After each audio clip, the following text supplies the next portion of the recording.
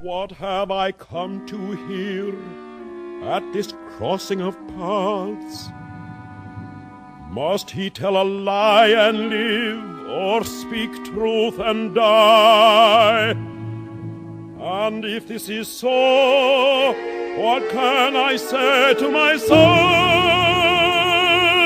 Known for his elegant phrasing, burnished tone, and dramatic persuasiveness, Todd Duncan was the first African-American in U.S. operatic history to sing a principal role with a major opera company, essentially making him the first black to sing a principal role with an all-white cast.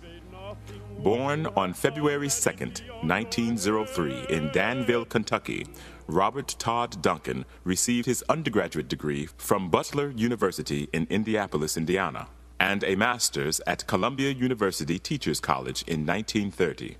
In 1931, he was appointed a professor of voice at Howard University. In 1933, he made his New York debut in the role of Alfio in Pietro Mascagni's Cavaliere Rusticana at the Mecca Temple, New York, in 1933, with the Aeolian Opera Company, a black opera company.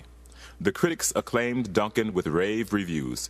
One historian described his singing style as sweet, dreamy, and aristocratic.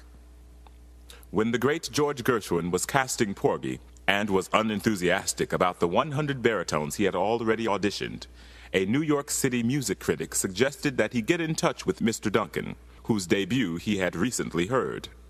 When Duncan arrived for the audition at Gershwin's New York apartment, Gershwin said, "Well, didn't you bring your accompanist?" To which Duncan laughingly responded, "Don't you play the piano?" Gershwin laughed heartily, and the ice was broken.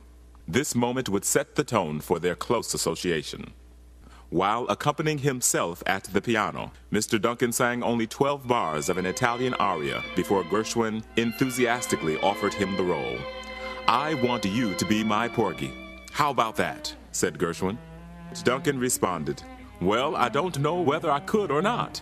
I'd have to hear your music."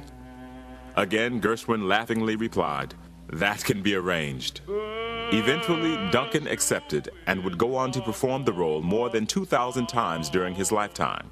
During the Washington, D.C. run of Porgy and Bess, he led the cast in a strike to protest the National Theater's segregation policy.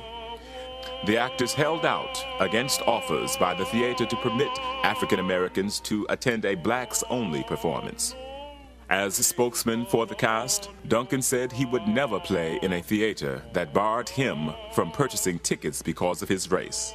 Theater management eventually gave in to this demand, and for the first time, an integrated audience attended the National Theater.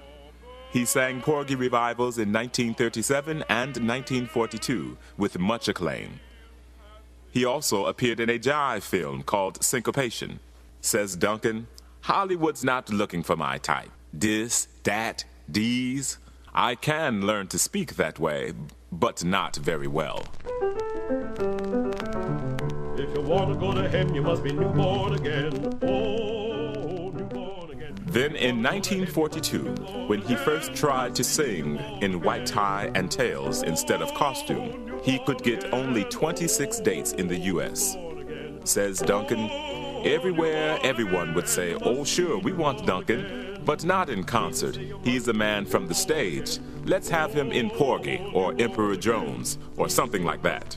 In 1945, Mr. Duncan became the first African American to sing with a major opera company and was the first black person to sing in an opera with an otherwise all-white cast, when he performed the role of Tonio in Leoncavallo's I Pagliacci with the New York City Opera. That same year, he sang the role of Escamillo, the bullfighter, in Bizet's Carmen. As a concert singer, he made over 2,000 performances in 56 countries during his lifetime. As a performance educator, he taught 3 generations of singers for over 50 years as a voice professor at Howard University. Robert Todd Duncan broke the color barrier in theater at a time when African Americans had to use side entrances and sit in the balcony as second-class citizens. His refusal to sing to whites-only audiences in Washington led to the desegregation of the National Theater and many other theaters throughout the country. Mr. Duncan was a devoted husband of 63 years and a member of the Alpha Phi Alpha fraternity, the first intercollegiate Greek letter fraternity established for African Americans. By 1995, Mr. Duncan was blind, but still teaching. Reportedly, there was a student downstairs waiting for a lesson when Duncan, at age 95, died of a heart ailment upstairs at his Washington, D.C. home on February 28, 1998. Tonight we remember Todd Duncan.